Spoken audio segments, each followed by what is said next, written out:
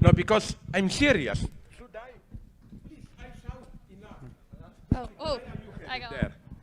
Please, yes. Okay. Hello. Now it's okay, thanks. Yeah. Thank you for being here, Mr. Žižek. So my first question is this.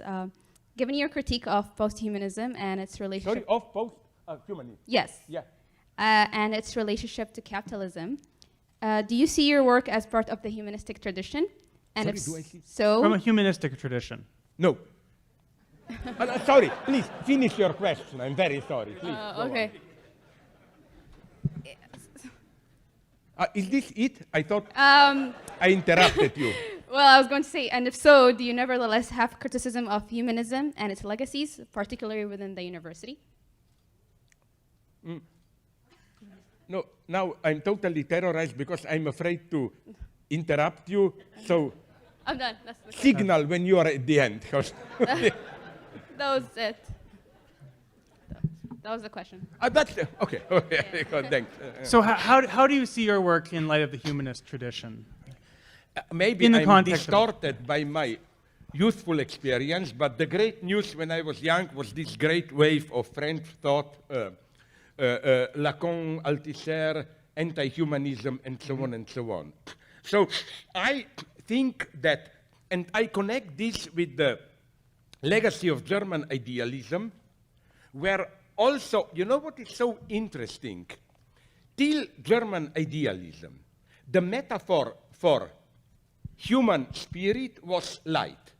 We live in a universe where all around there are threats, but we are the light of reason. And even if we are threatened from within us, it's the dark side of us and so on, all those misleading Freudian metaphors, you know, that our ego is like a tip of the iceberg and all the unconscious beneath water.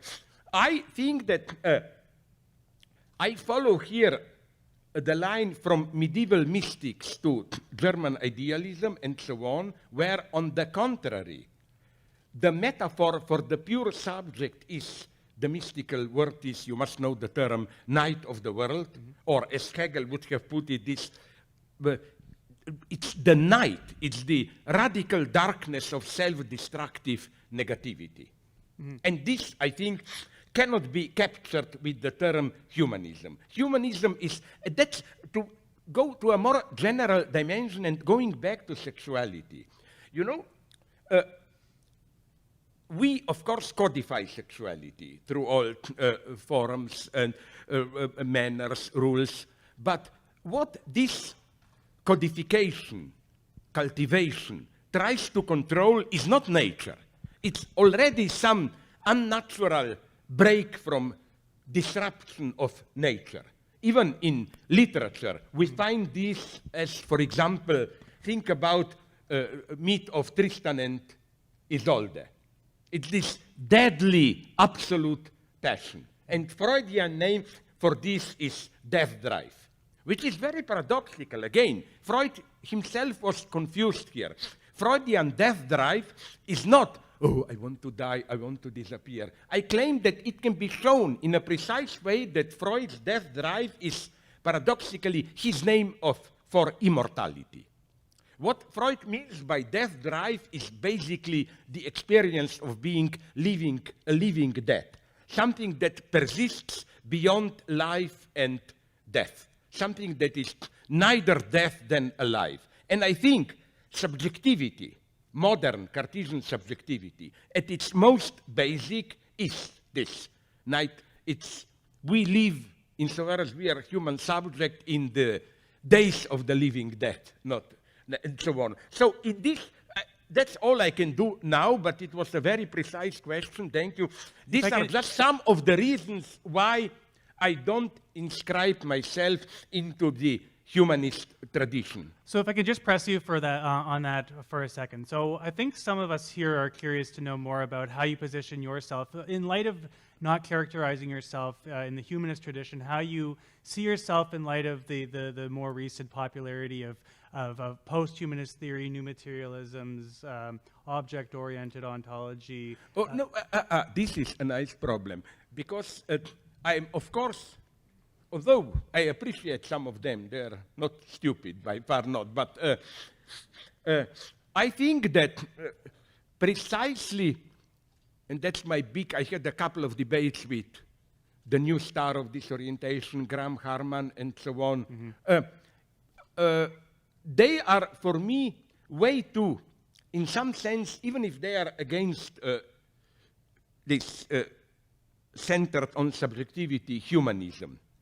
But nonetheless, I think this dimension that I was talking about, the dimension of this radical negativity, zero, potential destruction, death drive, disappears there. Their world is the world of objects. So when I had the debate with Graham Harman, and he claims subject is just one among objects, maybe more powerful, but nonetheless, and so on. I claim, no, subject is not this. And it's not that I think subject is an all-powerful entity, mega object. No, subject is some almost nothing, a vanishing entity, pure appearance, and so on. But it's not, subject is not an object like others. And this is why also the Freudian unconscious is not an objective determination of my being. So, but I've written a lot about it, this settling the accounts with this new object-oriented ontology, and so on and so on. You know, because, sorry, just this, because I think that I'm here, I agree with them, with object-oriented ontologists, that we should somehow get over the standard Kantian transcendental horizon. But for me, what they do is simply a massive return to old realist ontology. And for me, this is way too arrogant. I'm not ready to do that step.